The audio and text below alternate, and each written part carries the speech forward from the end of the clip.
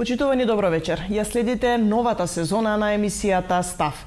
Вечерва имам чест да разговарам со невропсихијатрот Мице Додучки, кој е добро упатен и секогаш во актуелните теми. Добро вечер, благодарам што одвоивте време за нашата емисија. Добро вечер, ви посакувам пријатна вечер вам во студиото на вашите гледачи.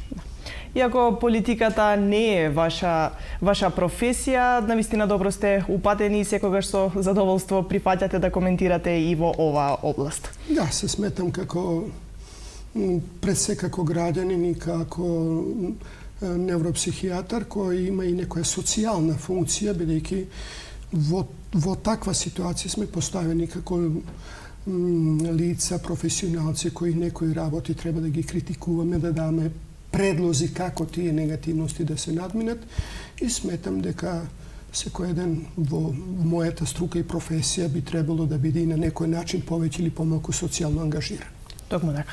Ни предстојат локалните избори, еден навистина интересен период. Кампањата се уште не е започната, законски оној дел. Формално не, меѓутоа политичките партии речиси не го почитуваат законот во овој период, па започнаа со своите агенди. Она пошто ќе барем засега ќе бидат посебни овие локални избори, е тоа што доминираат независни листи и во Куманово, меѓутоа и на ниво на целата држава.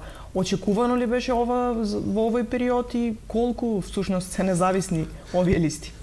Тоа независно би сакал да го ставам под знак на навод, бидејќи за жал партизацијата, севкупната партизација на општеството не овозможува да постојат вистински независни кандидати.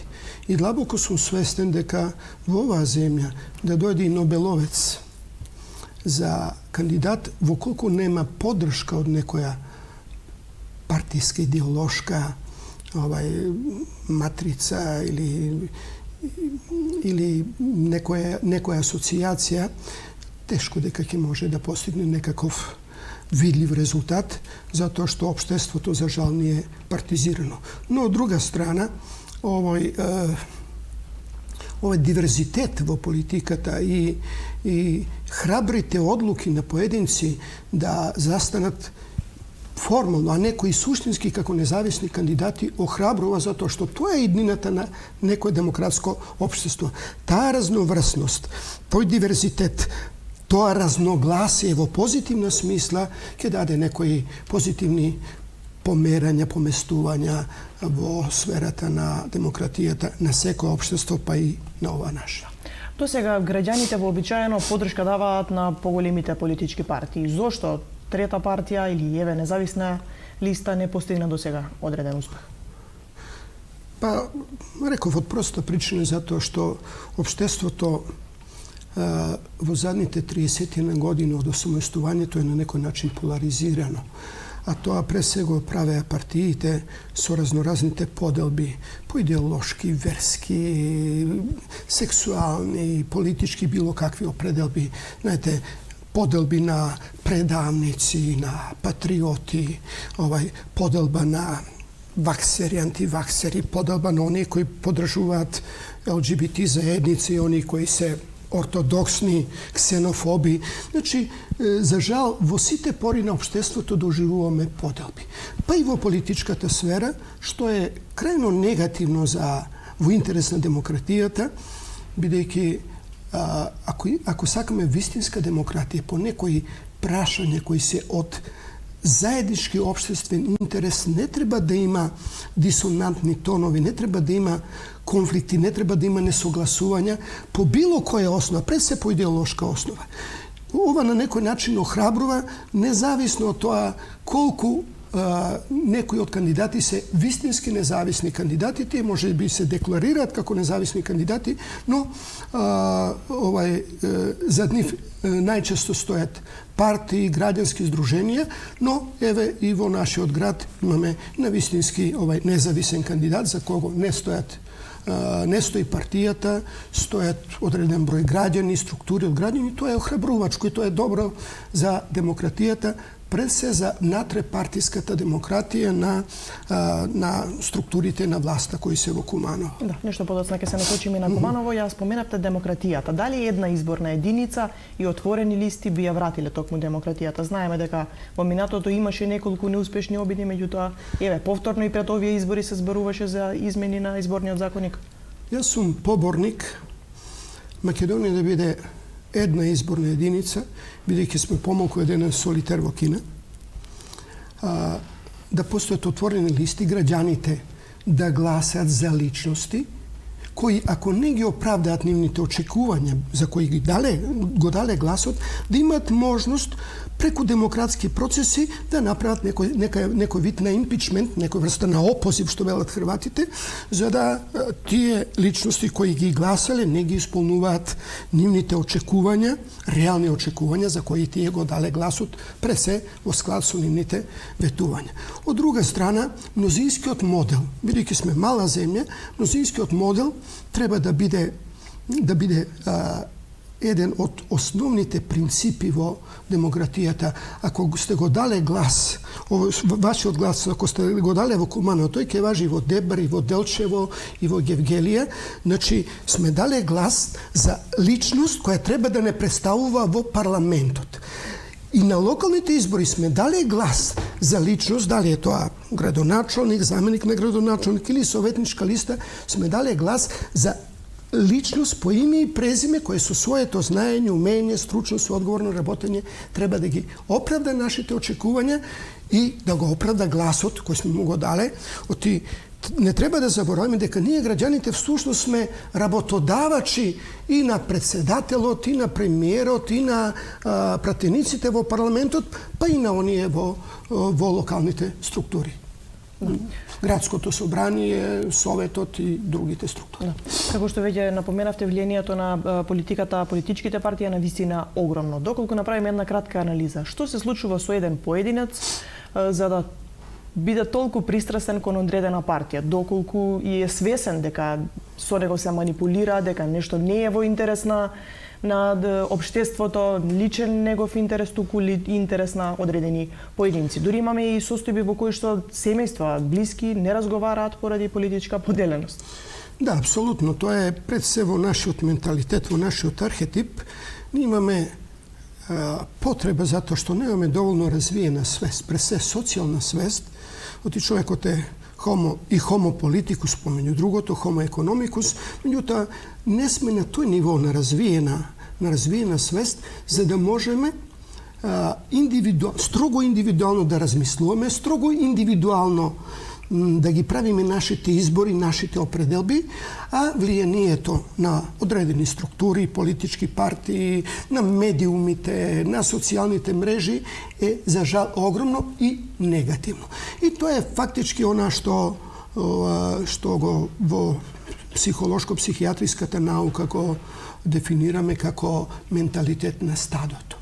Оти секој, за жал, заради собствената индивидуална инсуфициентност, недоволност во сите сфери, во сите полиња на општественото живење, има потреба да припаѓа на одредена групација. Дали тоа политичка партија, дали се тоа навивачки групи, дали се разни здруженија.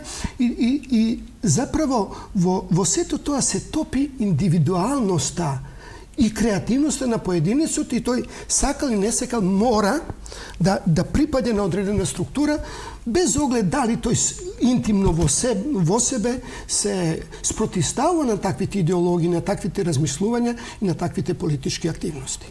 Имаме ли критичка маса која што знае да процени што е ветено, што е исполнето? За жал немаме. Со овие последни 3 децении од нашето самостојување до денес се покажа дека таа критичка маса недостасува. Имено добар дел од независните, слободно мисличките граѓани, не се усудувам да рекувам интелектуалци, не интелектуално секој кој завршил факултет и обратно.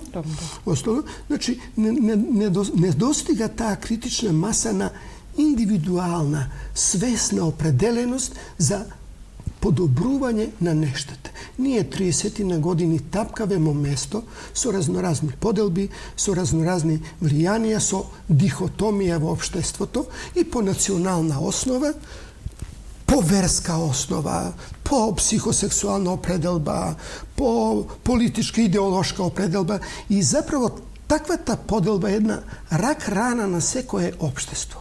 Ние немаме еден универзален, еден конзистентен став по сите оние заеднички интереси кои треба да не водат кон подобра иднина во општеството.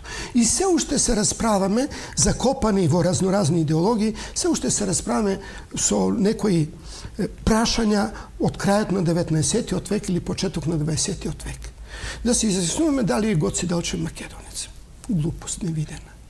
Историјата да ја предадеме на историчарите, да развиеме демократско општество на подеднакви можности и услови со сите граѓани, тоа е суштина на демократијата, да немаме етнички права, туку да имаме индивидуални права како граѓани.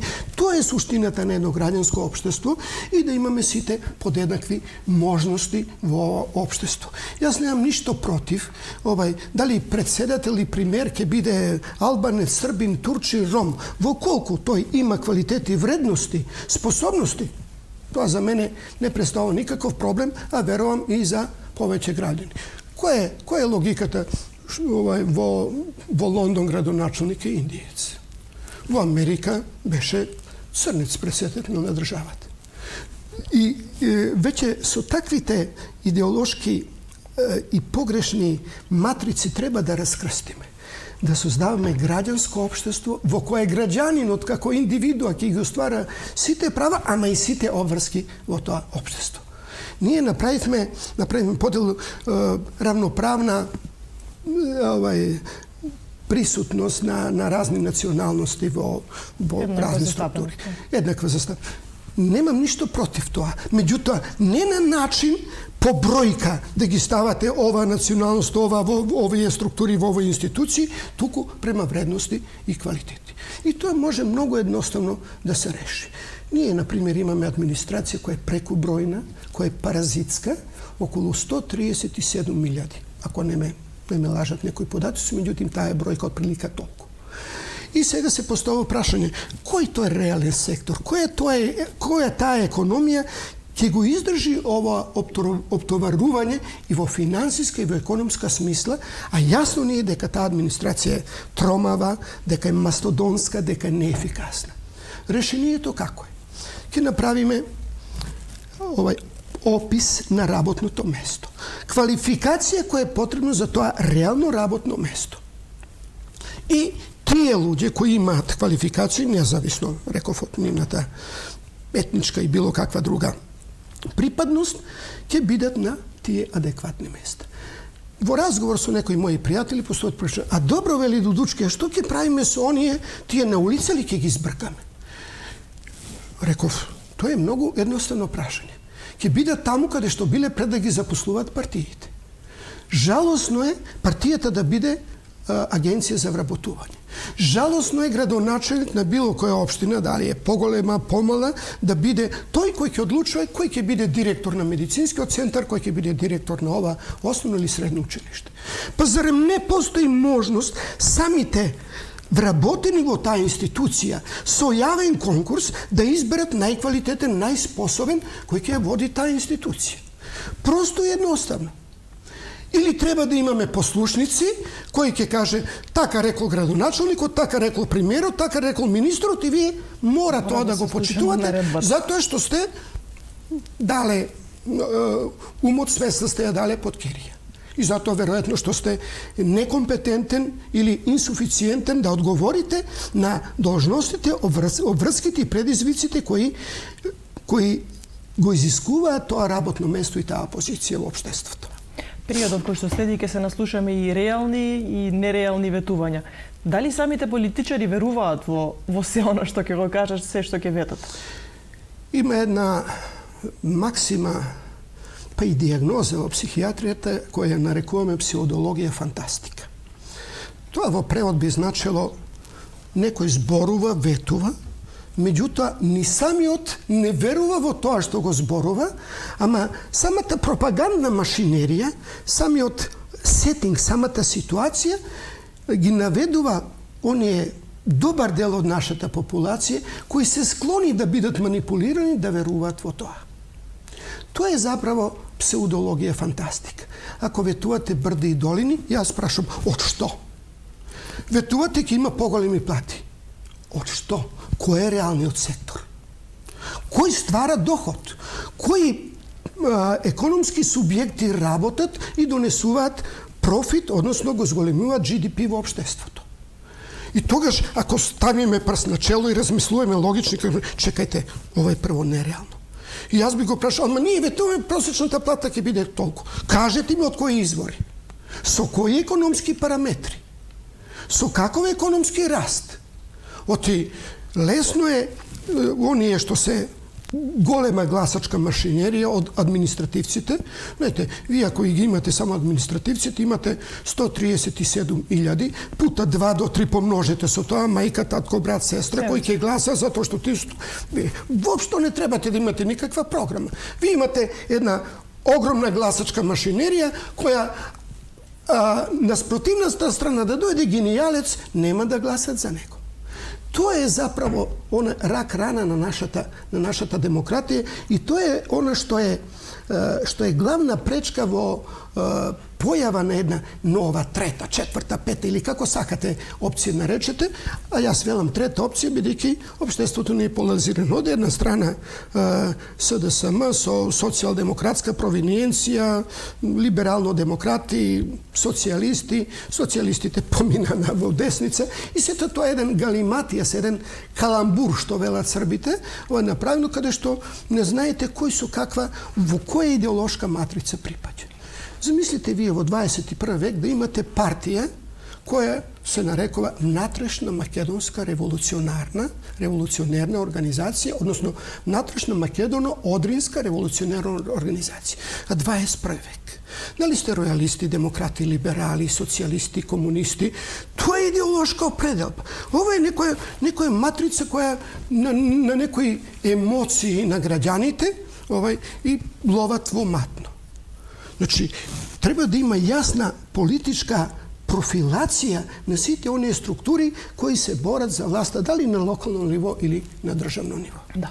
Го споменавте гласањето. Некако кај нас како да стана правило повеќе да се казнува отколку да се наградува. На граѓаните како да им е полесно да ги казнуваат политичарите за нивните политички активности отколку да ги наградат. Да, за жал ние имаме во нашите избори имаме гласање за помало зло, што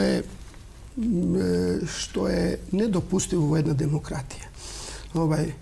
А тоа помало зло секогаш оди на тоа и вие така правите. Ајде сетете се додека вие бевте на власт 11-12 години, што се случуваше. Па сега, ајде вие клети комуњари по знаци наводи, имате овакви афери, ви се запали болницата во Тетово, министерот, премиерот треба да даде оставка, како министерот да е одговорен за технички пропусти и за диверзија која е направена во болницата во Тетово. Исечени се доводите за кислород. Зошто не е покрената постапка? Зошто не се преземени сите превентивни мерки за да не дојде? Истечување на кислородот, тоа ви е како атомска бомба.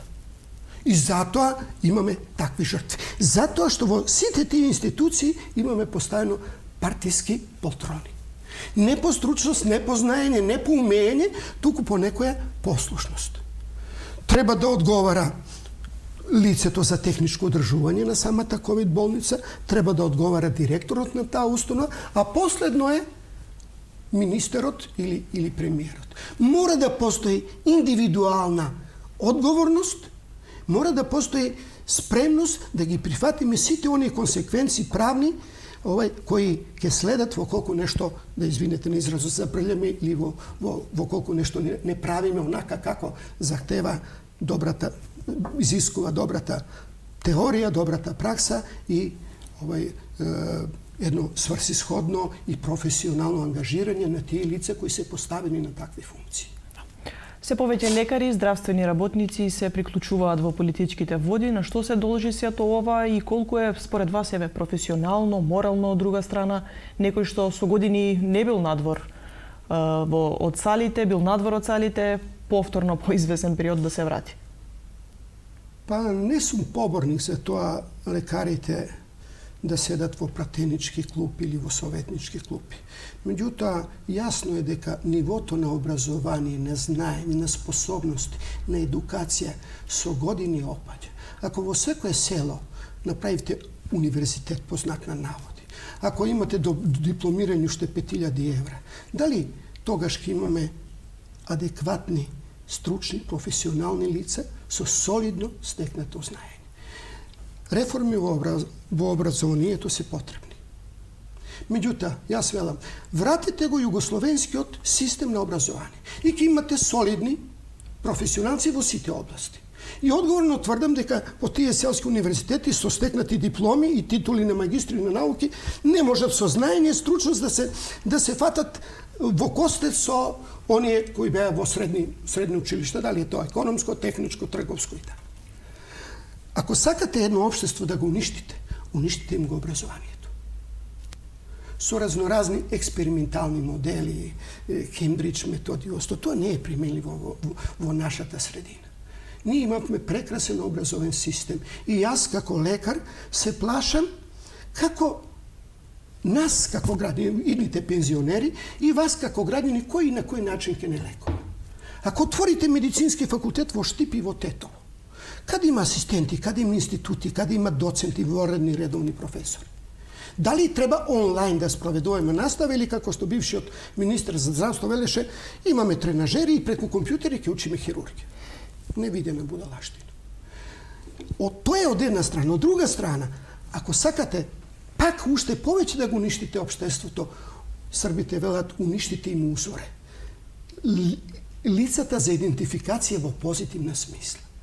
Ако ние сега имаме младите луѓе дека сака да стане пеачка на Пинк, дека сака да стане фудбалер, дека сака да стане бизнисен познат на наводи, односно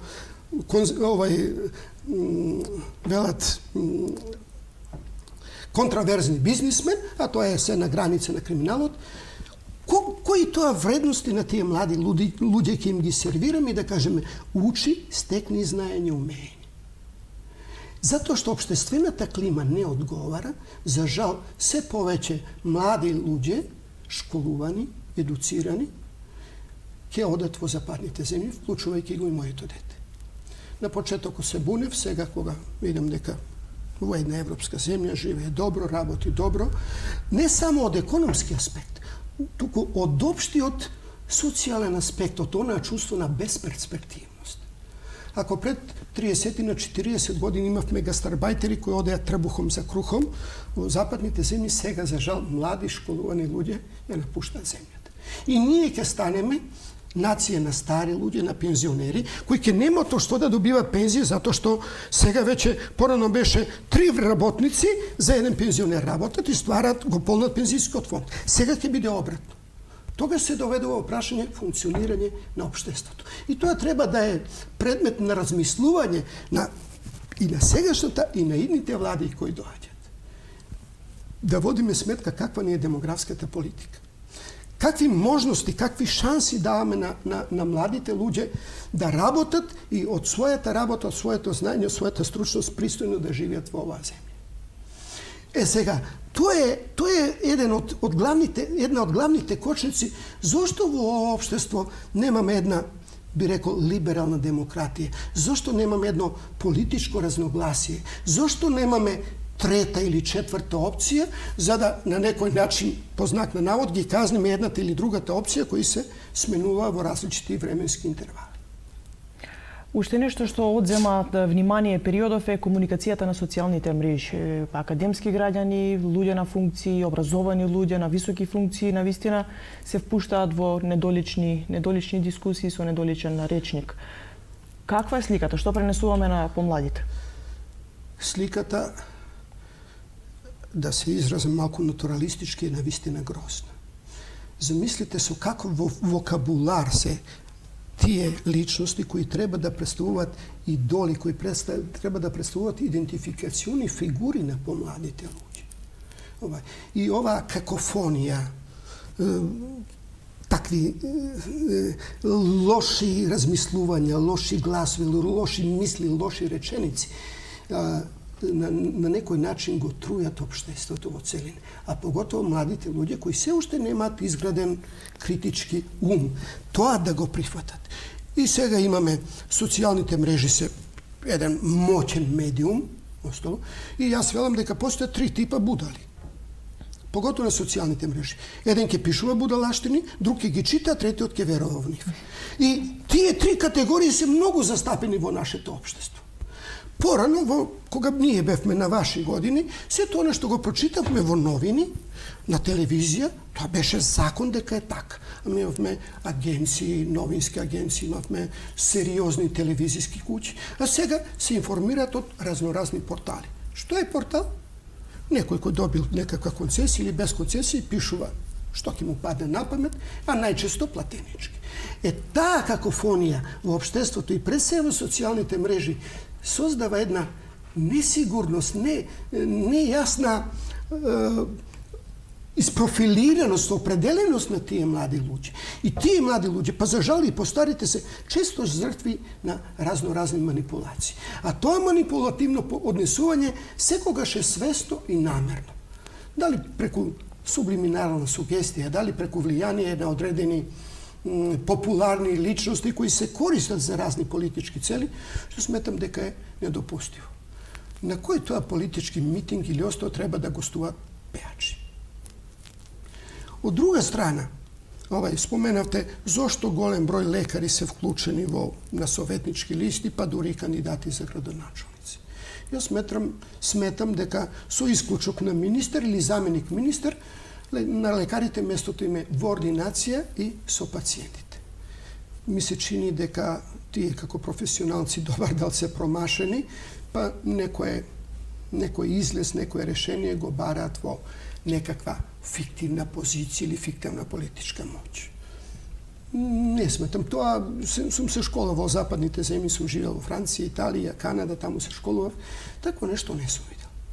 А ова изгледа спецификум за Балканот, а поготово во ова мало парче земја. Особено последниве години. Куманово е еден од поинтересните градови и не очекува навистина неизвестност до самите избори. Во игра се дури 5 имиња за градоначалници, правници, економисти, актери и слично. Поради законските обврски имиња не смееме да спомнуваме. Некои од овие лица се веќе добро познати на граѓаните. Сметате ли дека е во предност тоа што некои се познати или пак можеби граѓаните сакаат и нови лица, нови млади? Знаете, популарноста и способноста не мора да одат рака под рака. Вие можете да бидете популарен во одредена област, да бидете врвен во таа област, ама за она другото, зашто не сте едуцирани, немате способност, немате квалификации, заради самото незнаење не можете вие да извршувате оваа функција. И јас велам, зошто лекари градоначалници? Градоначалник како татко на градот, по знак на наводи, треба да е човек кој добро се разбира во урбанистичките проблеми на градот. Тоа е суштината на градоначалникот. Не да поставува директори, не да поставува на училишта, средни, основни, на јавни установи, туку да се грижи за што подобро функционирање на градот, пред се во урбанистичка смисла, за создавање услови граѓаните да живеат еден поквалитетен живот. И од тука сметам дека актери, па се покажа во Битола, во прилепи кои беа, ајде да не ги именувам, а знаете, па и сега актуелниот градоначалник на опозицијата, за кој сметам дека е солиден актер, меѓутоа, апсолутно тврдам дека во таа функција, во колку би ја добил, што не верувам, би се искупил. Тоа е исто како мене да ме поставите како невропсихијатар да бидам директор на ФЗЦ или на некое комунално предпријатие. А од тоа се разберам како Марица укриви крастава што велат Србите. И па ајде да имаме некој критички ум да кажеме, чекајте, јас ова не го знам, јас за ова не сум способен. Тоа е мојата професија, мојата едукација, мојата струка. А ние створивме вештачки, омнипотентни и омнисциентни личности. Се знаеме, се умееме. Па ќе гледате Makedončeto preko noć postanala stručnjak, da se ostavi reprezentacija fudbalska, da donese budžet, da bude virusolog, imunolog, da komentira da li ke ne čipira Bill Gates i da li ke dobijat deca ako se vakcinirat, da li ke dobijat autizam ili da li ženite i mažite ako se vakcinirat ke bida sterilni. Notorni budalaštini. Ajde da je počituvаме струката, науката, професијата. To je ključni problem što se sozdava jedan tako milije kada što nekompetentni, nestručni, nekvalifikovani ljudi koji se dobrale do nekoj poziciji može da vlijat i na javno to mnenje, može da vlijat i na opredelbi na građanite. Знаете, во времето кога ние бевме ученици, доаѓа оние медицински сестри невакцинирани и си почнувавме со наставата. Сега, во име на некаква демократија, односно квази демократија, јас сакам да се вакцинирам или не. Чекајте, тоа е законска обврска. Постои закон за јавно здравје. Кога се работи за епидемиска болест, вакцината е единствена работа што ќе ја спречи епидемијата. Разлика помеѓу епидемија и пандемија, тоа што веќе на сите континенти проширено, тоа е пандемија. И тоа ги зафаќа сите континенти со огромен број смртности. И сега, во име на некаква лажна демократија, јас ќе бидам носител на вирус, одбивам да се вакцинирам, ќе ја инфицирам баба ми, дедо ми, тие ќе умрат од тоа, а јас нема да сносам никаква одговорност. Тоа е суштината зашто ни е потребна, да кажам така, една цврста рака по прашање на функционирање на општеството и на локален и на државен ниво. Таа цврста рака треба да се темели не на идеолошка определба, не на полтронство, не на партиска припадност, туку на знаење, стручност, умење, способности, квалификации. Тогаш ќе создадеме едно општество во кое и младите луѓе ќе гледат некаква перспектива, ама и ние во овие зрели години ќе очекуваме да имаме мирна старост или мирни пензионерски денови во едно општество кое нуди солидни, да кажам сега, нормални услови за живење на секој еден поединец во ова наше општество. Да. И последното прашање за пандемијата, веќе споменавте за вакцинацијата, пандемијата се уште не стигнува, за жал Куманово е меѓу градовите со помал одзив на лица за вакцинација. Колку се тоа ќе се одрази на нашето здравје и дали веќе се одразува? Секако дека се одразува. Лажни се податоците дека голем број од луѓето кои се хоспитализирани заради ковид инфекција биле вакцинирани со 2 дози. Тоа е невидена пропаганда и тоа е кривично дело. Меѓутоа, за жал, кај нас тоа не се санкционира. Од друга страна, ако бевме одговорни како граѓани, ако имавме сериозна власт, која јасно и гласно ќе каже вакцинирање точка, тогаш ќе имавме стекнување на масовен имунитет и спречување да се шири епидемијата. Епидемијата има своји карактеристики, своји движења. Обично таа е дромедарна, велиме крива, има двогреба, па имаме еден, па друг пик. Меѓутоа, самиот вирус не е непознат во науката. Вирус на МЕРС, на САРС, од 30 на 40 години, па и јас ги учев како студент, иако оддавна не се занимавам со таков дел од медицината. Меѓутоа, вирусот постоел милиарди години пред нас и ќе постои милиарди години зад нас. И покажува тенденција кон мутирање. Тоа е РНК вирус и само една промена во геномската структура, во структурата на аминокиселините кои градат еден пептид, полипептид, доведува до различити негови својства, различна вирулентност. И тоа сме свесни како лекари, како медицински лица. И тоа треба да го објасниме на нашите граѓани. Зошто? Па дури и некои угледни професори смета, ова е најсмешниот вирус што сум го видел, ова личи на грип и осто не. Грипот нема таква смртност. Јас како невролог имам за жал или за среќа големо искуство во невролошките последици од ковид инфекцијата. Создаваат микротромби, ги тромбозираат крвните садови, го ништуваат белодробниот паренхим и фактички човекот нема со што да дише. Меѓутоа, смртноста не е само директно оштетување на белодробието. Смртноста е и заради зголемен број на тромбоемболиски процеси, Da li se работи за пулмонална емболија, плучна емболија, дали се работи за миокарден инфаркт или за мозочни удари. Во задните година и пол никогаш не прекинем да работам заради пандемијата. Ако ние лекари сега не работиме, кој ќе работи? Меѓутоа со вакцинирање и со заштита. Која е вакцина? Која имате таа? Сите се добри. Ова е маркетинг глупав. Дали е Pfizer, дали е AstraZeneca, Sinovac, Sputnik, сите се квалитетни вакцини. Никој не пушта неквалитетно и не е проверено во оптек, во употреба. И сега, последиците и врз телесното здравје, и врз неуролошките компликации од ковид инфекциите, мозочни удари, с големен број. Кај пациенти кои директно во фаза на епидемијата, во фаза на инфекцијата, добиваат мозочни удари. Ви велиме Гилјен-Баре, Штрохал синдром, параплегија, одземеност, Ландриева парализа, сите 4 екстремитети одземени.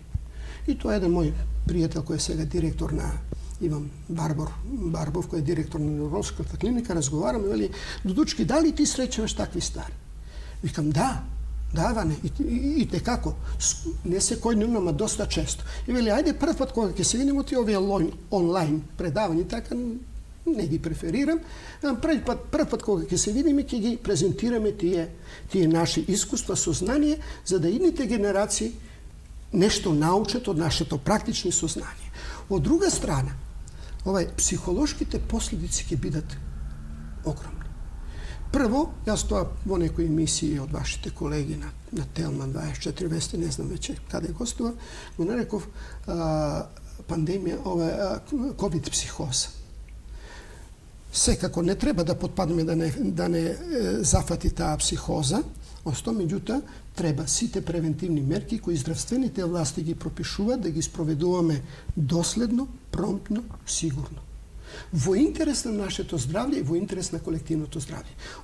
Од нашето индивидуално здравје ќе зависи колективното здравје. А тоа е веќе не е прашање на лична индивидуална определба, тоа е веќе прашање на социјална па и правно кривична одговорност. Не можете вие да ширите некаква инфекција и некаква зараза која за некој ќе биде смртоносна. За поголем број од луѓето поминува со благи симптоми. Меѓутоа, за некоите како смртоност. И затоа апелирам на граѓаните. Единствен начин да се постигне солидна заштита и да се спречи се поголемо ширење на епидемијата е вакцинирањето. Вакцинацијата од Едвард Дженер, Сейбин и Салк, од Луи Пастер, па тоа е најголемото достигнување во медицината покрај откривање на антибиотици и покрај откривање на анестезија. И сега сите тие квази стручњаци едуцирани по Фејсбук ќе се противат на науката и ќе се противат на медицинската пракса која е потврдена со децени. Затоа и во оваа општествена ситуација, во оваа ситуација на пандемија, свесни сме дека многу системи на вредности се испревртени, дека институциите не ни функционираат најдобро, дека здравствениот систем не располага со доволен број капацитети и кадровски, и стручни, и просторни, за да може да одговори на ваква пандемија. Тоа не сум апологет на Министерот за здравство, ничи апологет, ничи адвокат не сум. Меѓутоа сум свестен колку тие се капацитети и што треба ние како граѓани да направиме за да спречиме уште поголем колапс на здравствениот систем. Тоа е нешто што треба да го прво како граѓани да го спроведуваме, а друго и здравствените власти и владата како врвен носител на сите законски активности кои треба како граѓани, како одговорни, општествено одговорни граѓани да ги почитуваме и да ги применуваме. Докторе, ви благодарам што одвоивте време за оваа емисија, за ова гостување. Се надевам дека одговоривме на дел од прашањата кои што ги интересираат комановци и дека во скоро време повторно ќе бидете гостин во нашето студио. Да, ви благодарам и вам на љубезната покана да гостувам во вашата емисија и секогаш со задоволство тоа го прифаќам, бидејќи сметам дека барем нешто знам од оваа наша општествена стварност и сметам дека како лекар, и како граѓанин, и како човек зад кого стои едно големо животно искуство, некој од своји сознание, некој од своји согледувања, размислувања да ги споделам со вашите гледачи. Ви благодариме. Почитувани, тоа беше се за вечерва. Останете на Телевизија Плюс.